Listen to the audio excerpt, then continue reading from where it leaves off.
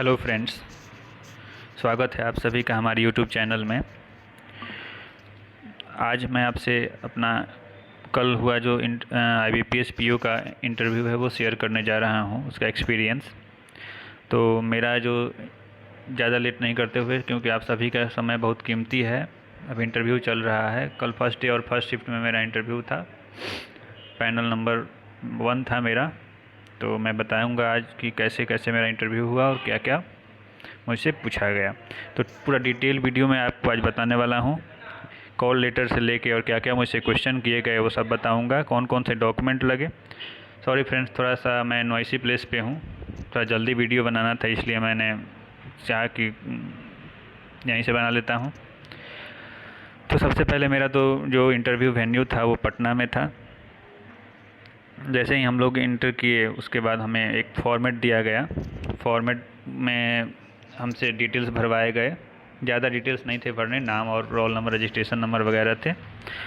उसके बाद हमें बताया गया सीक्वेंस। स्टाफ्स बहुत फ्रेंडली थे हमारे, जो DV करवा रहे थे। तो हमें बताया गया सीक्वेंस, यही जो सीक्वेंस मैंने लिख के रखा है। सबसे पहले इंटरव्यू कॉल लेटर, उसके बाद एप्लीकेशन फॉर्म, उसके बाद 10th के मार्कशीट या सर्टिफिकेट जो भी हैं आपके पास। अगर दोनों हैं तो दोनों लगाइए, नहीं तो एक से भी काम चल जा रहा था, कोई दिक्कत वाली बात नहीं थी। उसके बाद 12 का मार्कशीट और सर्टिफिकेट लगाना था। जहाँ तक बात डिग्री का, तो डिग्री में मार्कशीट और सर्टिफिकेट दोनों ज़रूरी थे। अगर आपके पास कंसोलिडेटेड मार्कशीट है तो वो, और उसके साथ सर्टिफिकेट। अगर आपने पास किए हुए आपको 2 या 3 साल से ज़्यादा हो गया तो आपको ओरिजिनल सर्टिफिकेट दिखाना ही था, नहीं तो प्रोविजनल से भी काम चल जा रहा था, ऐसी कोई दिक्कत वाली बात नहीं थी। स्टाफ काफ़ी हेल्पफुल थे और सब कुछ स्मूथ हो रहा था। अगर आपने मेंशन किया है कोई कंप्यूटर का डिग्री या सर्टिफिकेट तो वो भी आप दिखा सकते हैं। उसके बाद आपको उसमें अटैच करना था कैटेगरी सर्टिफिकेट। अगर आप OBC से आते हैं तो OBC लगाना था आपको, और अगर आप EWS या अदर किसी SC ST कैटेगरी से आते हैं तो उसका भी सेंट्रल फॉर्मेट पर लगाना था। ये दोनों मैंडेटरी था।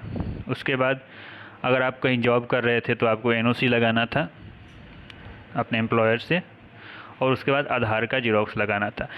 सभी डॉक्यूमेंट्स इसी सीक्वेंस में रखने थे 1 से लेकर 9 तक, और इसको एक फॉर्मेट में लिखना भी था कि मैं ये डॉक्यूमेंट कर रहा हूँ। और साथ ही साथ सभी डॉक्यूमेंट्स को आपको सेल्फ अटेस्ट भी कर देना था। डॉक्यूमेंट सेल्फ अटेस्ट करने के बाद वो DV के लिए बुलाए, उसके बाद फिर वहाँ DV हुआ, फिर बायोमेट्रिक हुआ, और उसके बाद हमें इंटरव्यू के लिए ले जाया गया। इंटरव्यू के लिए ले जाने के वक्त सबसे पहले हमें बाहर बैठा दिया गया हमारा डॉक्यूमेंट देख के अंदर, और उसके बाद मैं आपको आगे बता रहा हूँ कैसे क्या क्या हुआ। मैंने क्वेश्चंस लिख रखे हैं सब के सब, जो जो मुझसे पूछे गए इंटरव्यू पैनल द्वारा। सबसे पहले मुझसे पूछा गया, जैसे मैंने इंटर किया, मैंने डोर नॉक किया, उसके बाद मैं इंटर किया और सबको मैंने ग्रीट किया। उस टाइम सुबह का समय था तो मैंने सबको गुड मॉर्निंग बोला। उसके बाद उन्होंने मुझे बैठने को कहा, मैं कंफर्टेबली बैठ गया। उसके बाद सबसे पहले उन्होंने मुझे बताया अपने बारे में बताओ, इंट्रोड्यूस योरसेल्फ। तो फिर मैंने एक छोटा सा ब्रीफ इंट्रोडक्शन दिया कि मैं ये ग्रेजुएट हूँ और मैं फ़िलहाल एक छोटा सा जॉब कर रहा हूँ। और उसके बाद मैंने अपना एड्रेस वगैरह बताया कि मैं इस डिस्ट्रिक्ट का रहने वाला हूँ। तो उन्होंने मुझे सबसे पहला जो मुझसे क्वेश्चन आया वो था, अपने जॉब के बारे में बताओ, क्या करते हो तुम। तो मैंने बताया उन्हें अपने जॉब के बारे में, थोड़ा सा ब्रीफ दिया उनको। उसके बाद उन्होंने पूछा क्या तुम्हारा जॉब ठीक ठाक चल रहा है। मैंने कहा ठीक ठाक तो चल रहा है, लेकिन उस हिसाब से भी नहीं है। तो सबसे पहले उनका फिर क्वेश्चन आया कि बताओ किस स्ट्रीम से तुम ग्रेजुएट हो। तो फिर मैंने बताया कि सर मैं केमिस्ट्री ऑनर्स से ग्रेजुएशन किया है मैंने। तो केमिस्ट्री ऑनर्स सुनते ही उनका सबसे पहला क्वेश्चन आया कि बॉक्साइट किसका ओर है, किस मेटल का बॉक्साइट ओर है। तो फिर मैंने उनको सही आंसर दे दिया कि सर बॉक्साइट एल्युमिनियम का ओर है। फिर उससे काउंटर क्वेश्चन दूसरे पैनल मेंबर जो थे उन्होंने पूछा कि बताओ गोल्ड का मेल्टिंग पॉइंट क्या है। गोल्ड का मेल्टिंग पॉइंट मैंने तो पढ़ा था, लेकिन फ़िलहाल उस टाइम प्रेशर सिचुएशन में मुझे याद नहीं आ पा रहा था, तो मैंने ये क्वेश्चन बोला सॉरी सर मुझे याद नहीं है।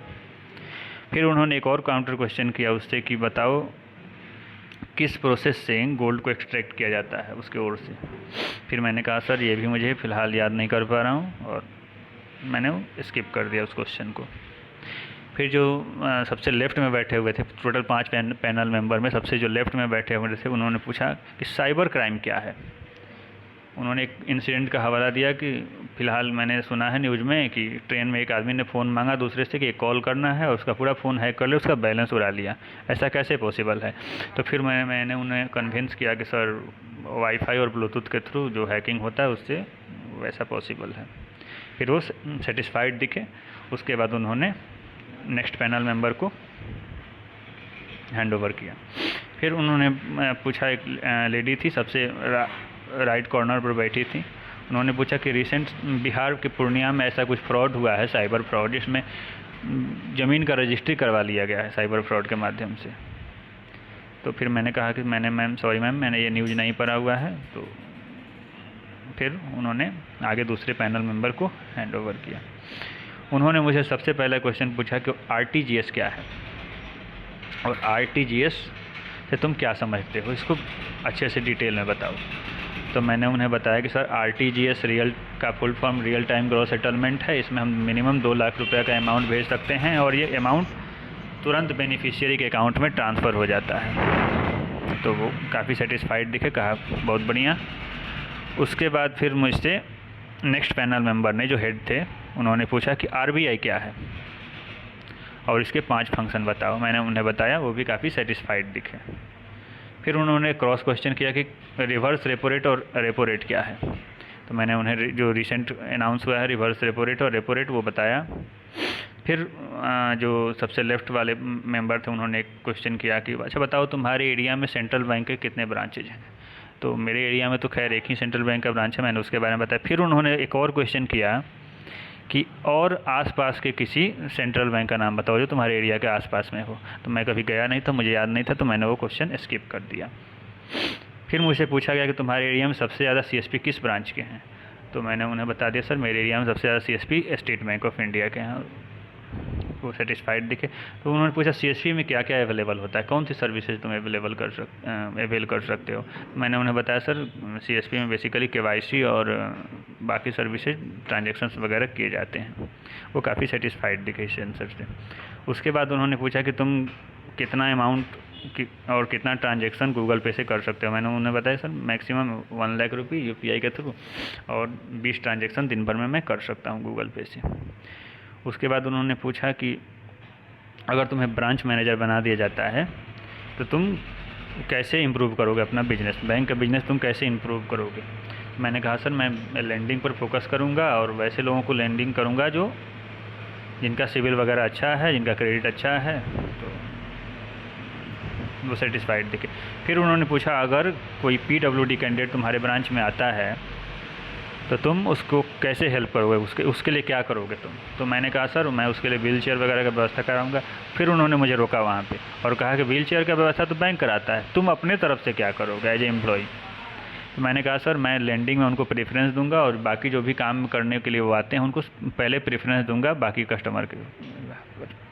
तो काफ़ी सेटिस्फाइड दिखी इस आंसर से भी। फिर एक लास्ट क्वेश्चन मुझसे पूछा गया कि किस टाइप के डिपॉजिट तुम लेना चाहोगे अपने ब्रांच में।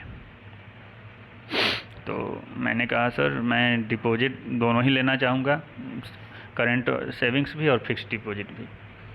पूछा उन्होंने क्यों, ऐसा क्यों सर। मैंने कहा कि सर हमको कासा रेशियो मेंटेन करना होता है 70% का, इसलिए हम दोनों डिपॉजिट लेने ज़रूरी हैं।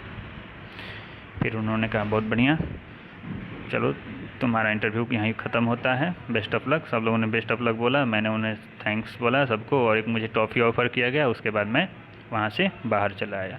तो दोस्तों यही था मेरा आज का टोटल इंटरव्यू का रिव्यू वीडियो।